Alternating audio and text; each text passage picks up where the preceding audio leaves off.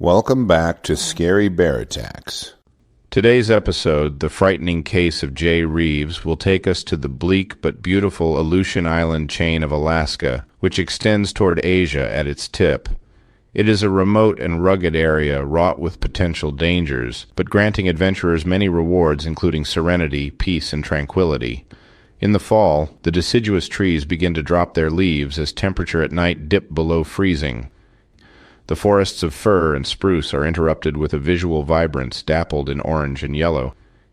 The Aleutian Island chain is dominated by beautiful colonies of seabirds, and any large mammals found on these islands have been introduced by human.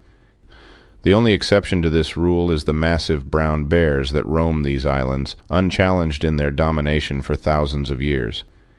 The sharp fall wind shuddered the landscape. The alders, willows, and the tent shook with the fury only Mother Nature can muster. As dark began to swallow the land, rain rhythmically tapped on the top of his tent, and the foreboding shadows stretched longer and longer. Frosty Creek was the location, and its landscape a bleak tundra-strewn frozen patch of isolation and solitude.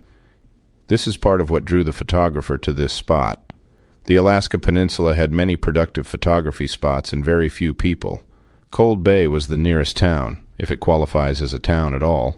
This was the opportunity every wildlife photographer dreams of.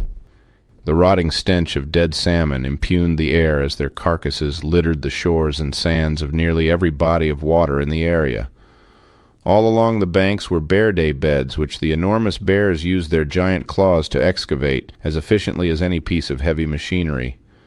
Measuring at about 8 feet in diameter, these daybeds offered telltale evidence of the size and power of the creatures occupying them, even in their absence. As 38 years old, Jay Reeves assessed the environs he would be filming in over the coming 7 days. He inventoried his food stores and snapped photos of bears and other wildlife surrounding him in his new neighborhood.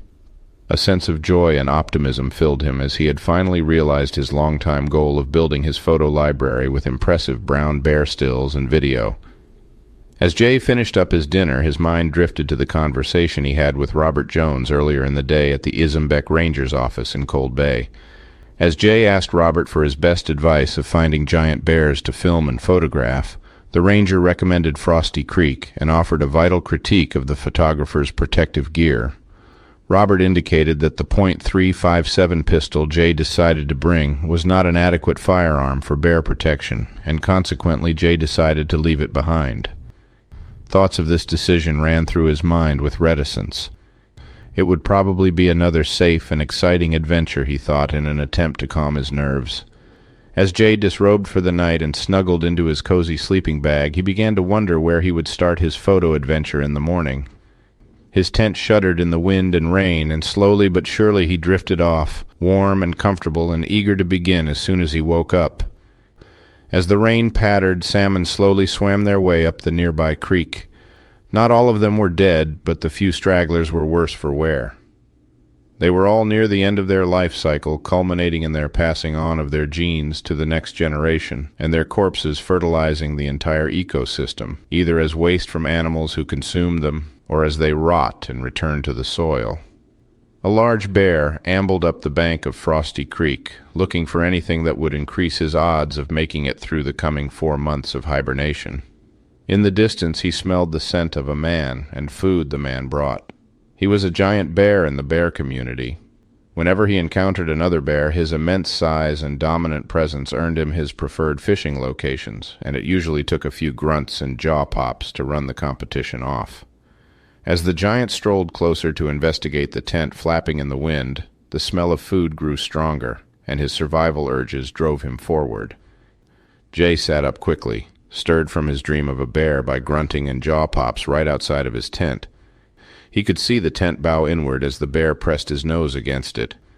Fear overwhelmed him as he knew this was not just a curious cub, but a potentially violent and hungry predator.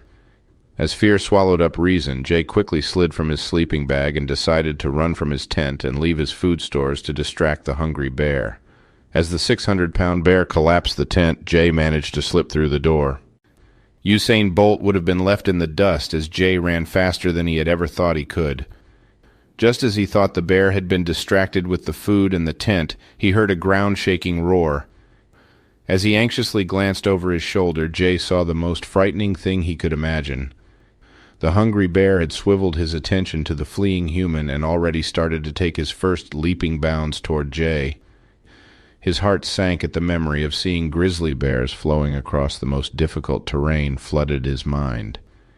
Jay knew that the bear would be on him before he could hope to find any safety. With a single swat of his 8.5-inch wide paw, the young grizzly, in his prime, knocked Jay down and straddled him nearly without resistance. The agility and power of the grizzly was too much for the outmatched photographer as his life ebbed and flowed. His energy and flesh prepared to make the final stretch of the great cycle. From dust you have come, and to dust you shall return. After the man's flame of life was extinguished, the hungry bear took hold of his leg and dragged him into the alders for the privacy of a meal alone. The bear fed on Jay's body through the night and only left his prize to rummage through the remnants of Jay's camp and to destroy anything there that riled his angst. The following day, Frank Snodgrass drove up to the camp and witnessed the flattened tent and chaotic campsite. He noticed no human presence and immediately reported the scene to the local Fish and Wildlife Service office. John Sarvis and John Stimson climbed aboard the helicopter filled with anxiety and concern for Jay Reeves' safety. They decided to fly up the Frosty Creek watershed to try to find him. As they approached his campsite, they could see no sign of human activity, with only canned food and clothes littering a slight trail toward a clump of nearby alders. Stimson landed the craft and Sarvis began to search afoot. As the helicopter lifted off the ground and made an initial pass of the area, the bear leapt from the alders in rage and hid again in the undergrowth. Sarvis was picked up, and the two searchers looked for the bear from the air. This time they noticed some blue clothing and a patch of ground all torn up. As they hovered, they observed the dead man's skull on the mound of torn-up soil. Deciding to focus on stopping this man-eater for once and for all, Sarvis grabbed the 30.06 hunting rifle from the back of the copter and dropped the massive grizzly with a single shot. The men quickly landed again and cautiously approached the now motionless Bruin. As a matter of investigative procedure, Sarvis began to dissect the bear. As he examined the stomach contents of the bear, human bone fragments, skin tissue, and muscle from Jay Reeves were removed. The next day, the recovery team returned to bring Mr. Reeves back from the mountains and give him a good Christian burial. After locating his remains, they were only able to find his pelvis, some ribs, and his head. The bear had consumed the rest of Jay Reeves. His possessions were rounded up and loaded unceremoniously into the helicopter to be returned to his loved ones. State biologists would later say that Jay Reeves made two major mistakes in his adventure. His first was keeping his food in his tent with him, and his last was making camp on a bear trail. After reading over the details of this episode, I am left with a few questions. Do you think that Jay Reeves left his .357 pistol behind because he didn't really expect to have a confrontation with a grizzly bear? Do you think that the grizzly attacked Jay because he camped near the bear's food source? Do you think the bear attacked him because he could smell the food in his tent? If the bear had a plentiful source of salmon in the creek nearby, why would it attack Jay for the food in his tent?